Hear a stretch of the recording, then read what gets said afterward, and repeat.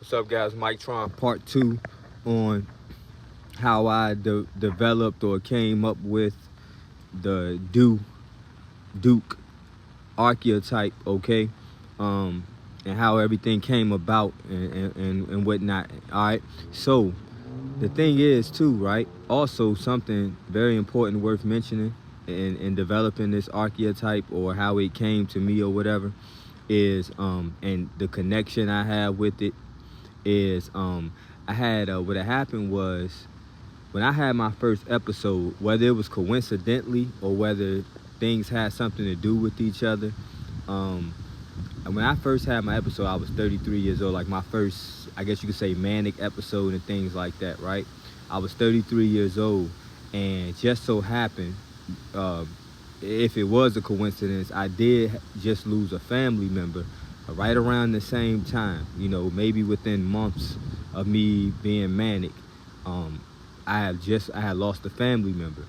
And this particular family member was, he was a little man, you know what I mean, with a big heart, you know what I mean?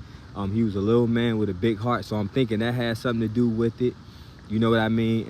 And also when I was younger, for whatever reason, I had never asked the question, I just figured it was just, I don't know, I just ain't never asked, but for whatever reason, I had siblings that used to call me Duke sometimes. I just thought it was like a saying, like a title, because Duke is a title, actually. It's a title of nobility or royalty, I believe, in England.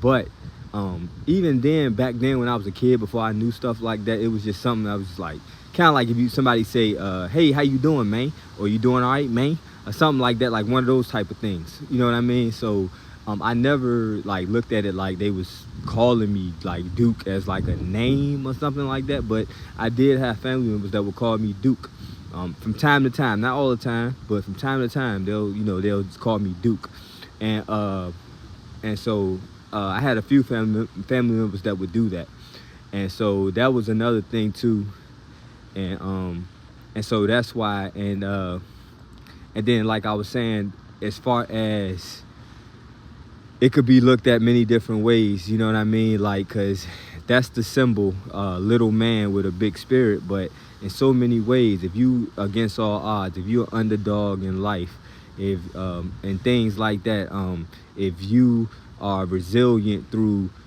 trials and tribulations and things like that, and you stay strong through things, and then at the same time, my family member that was a little man with a big spirit,